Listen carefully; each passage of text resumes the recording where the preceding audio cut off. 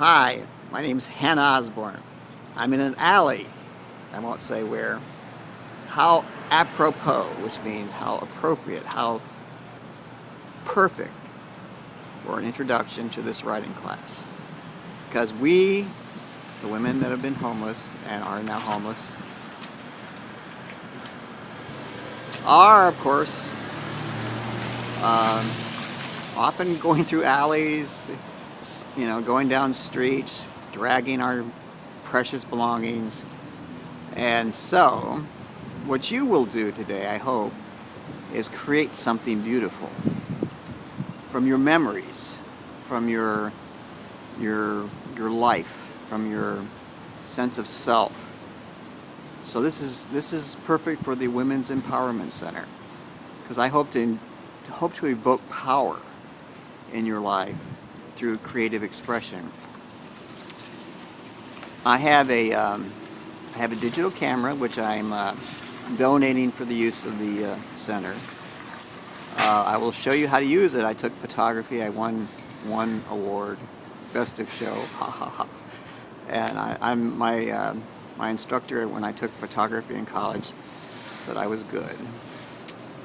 So that was black and white photography, and that was film photography. Oh boy, that's like a dinosaur.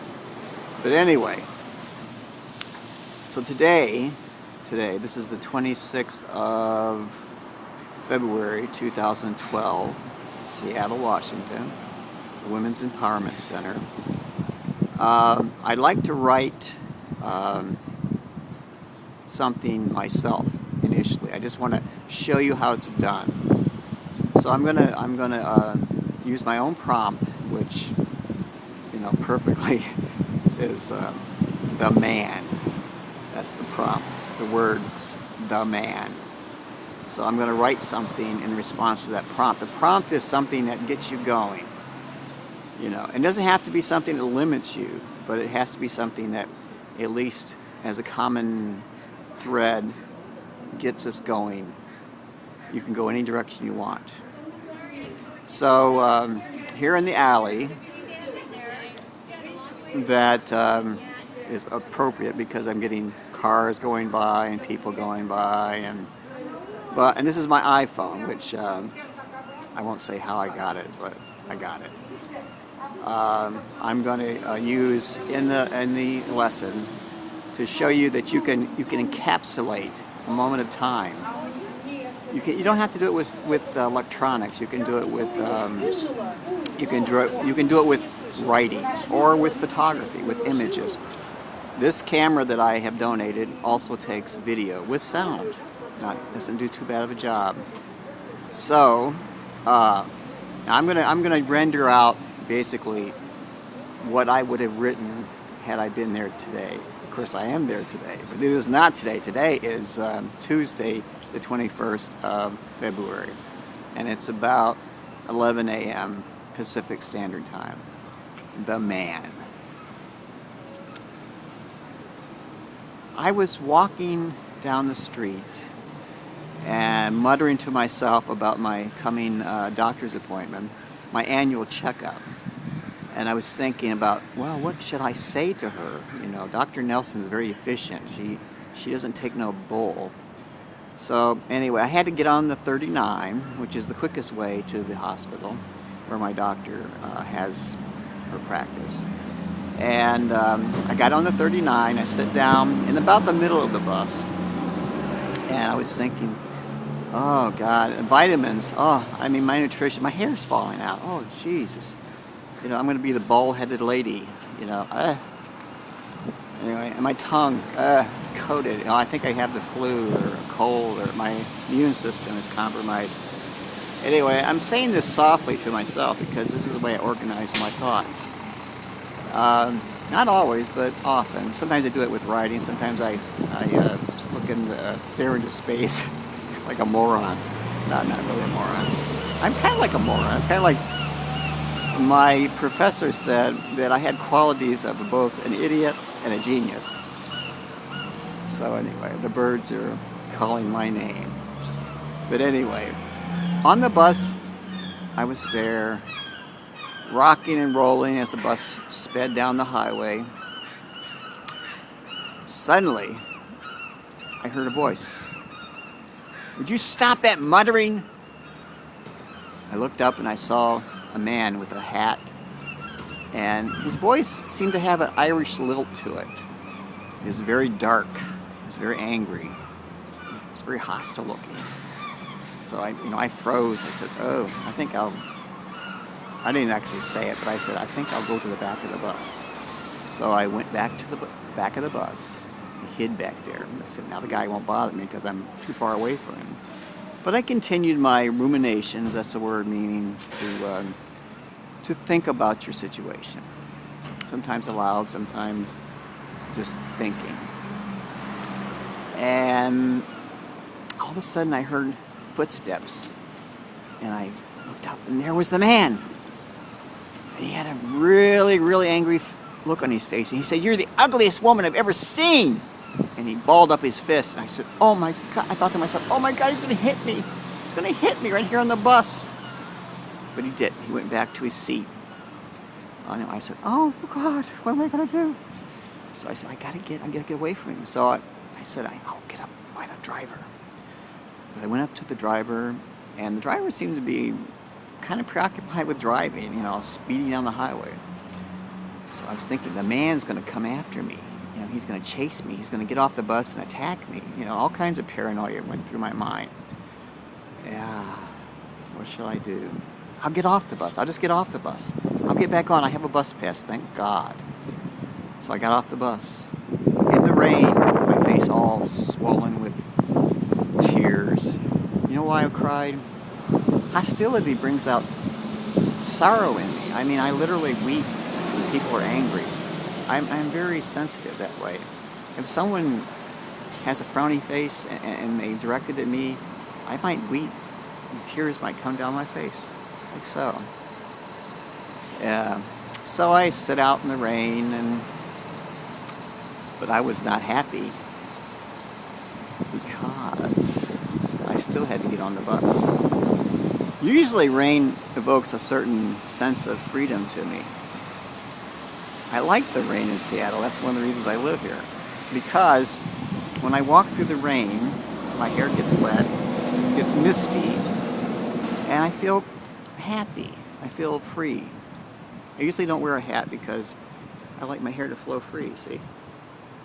I don't know why my hair looks like this. Don't ask why. But anyway, I was thinking about the occasions where, as a homeless woman, I've been attacked by men. Always men. No, there's one exception. There was a woman that attacked me at a bus stop last summer. But it's just the men, they seem to feel like they're free to attack a woman. And if they think you're homeless, they definitely think you're an easy target, easy prey. I was in Westlake Center a while back, and two men attacked me in the street, chased me out in the street, tried to trip me, tried to push me, tried to grab my bag. I ran to a policeman. The policeman seemed to be chatting up, an attractive woman next to him. He ignored me. I said, "Hey, I'm being attacked by these two guys." I called 911. 911 operator says, "Where are you?" I says, "I'm in the middle of the street running from these two guys." "Where are you? Talk to me." I says, "Well, there's a policeman right there on the corner." Don't talk to him. Talk to me." "Huh? What? Isn't the policeman supposed to be the one that protects us?" "Just talk to me. Tell me, where are you?" I'm in the middle of the street." "What street?" "I don't know. I'm somewhat new to Seattle. I know the landmarks. That we're near Macy's. We're near Chase. We're near, I don't know. There's all kinds of landmarks around here. I know where the post office is. I'm not too far from the post office. I don't know about that. I just want you to tell me what intersection you are and what direction you're facing." "Huh? What? I'm being attacked. Why shouldn't I just go to the policeman?" "Don't talk to him. Talk to me." So this is the dilemma that you face when you dial 911. They don't really care about your problem, really, deeply, because they're situated in a place that they're not going to suffer. They're not going to be attacked. All they want you to do is give them this incredibly useless information and have no idea where the landmarks of Seattle are. I mean, the Space Needle. Do you know where the... No, I was going to say, do you know where the Space Needle is? Do you know where the courthouse is downtown? Do you know where Pioneer Park is? Any place a homeless woman would go. Do you know where Angeline's is? Do you know where Subway next to Angeline's is? Do you know where Mary's Place is? Do you know where the Popsicle is? You know what the Popsicle is? It's like this big giant sculpture. Pretty cool too. I'm not too far from it now. But they don't care. But anyway, this has happened more than once. I've been chased, been pushed. People have tried to grab my bag. I've successfully fended them off. I haven't been raped, but you know, women have been raped, have been attacked, have been hit with, you know, and mostly they're hit by men. Men assault women every day. So the moral of the story is, if there is a moral, is that in terms of your thought process, you have to think of a singular event in all this mess that gives you power. Now, the little Irishman, the man I call him, he was no threat to me. I was bigger than him. I probably could have knocked him on his ass, seriously. I wouldn't, because I'm a pacifist. I don't hit anybody. I never have hit anyone. Never in my whole life have I ever touched anyone. But anyway, but I'm going to think of him as a symbol. He's the man. He's the man that would have, probably might have, probably will someday in the future, if he hasn't already done so, hit a woman, knock her down, you know, give her a black eye, give her a bloody nose, push her, terrorize her. He's the man. So my essay, or my story, is about the man as he comes to mean, well, fear-making, you know, making of fear. Men should not cause fear in a woman. And that, my friend, is it. So write something in relation to the phrase, the ladies' room. When I say the ladies' room, what comes to mind? And then go from there. Go any direction you want. Write a page. Write a little more, write a little less. But do write. Write creatively. Use your imagination. Use imagery. Think of sounds. Think of smells. Think of textures. Incorporate all that in it. Try to include dialogue. Just put quotations around it. Try to identify the person that's speaking initially. So, if the policeman comes to me and says, "Lady, why didn't you report the crime to me? Why did you call the 911 operator?" Officer, you seem to be distracted. It seemed like you were chatting up this attractive woman next to you. And you seemed to ignore me completely. And there I was running down the street screaming, "Help, help!"